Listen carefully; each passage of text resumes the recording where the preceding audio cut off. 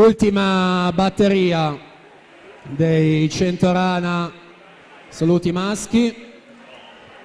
Emiliano Tomasi in corsia 4, Arinantes Torino, ha vinto 5 medaglie d'oro la scorsa stagione tra criteria di Riccione e categoria di Roma, specialista proprio delle distanze della rana, è stato in nazionale giovanile nelle 2 occasioni, Euro Junior di Kazan, secondo in staffetta 4% mista e a fine agosto anche mondiali juniores alla Tuna Arena di Budapest.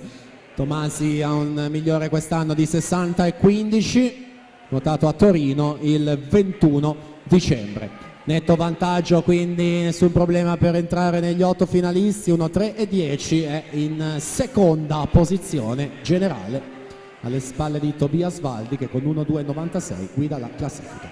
Quindi a breve vi daremo l'elenco anche di questi atleti finalisti. E intanto procediamo col programma, la prossima gara.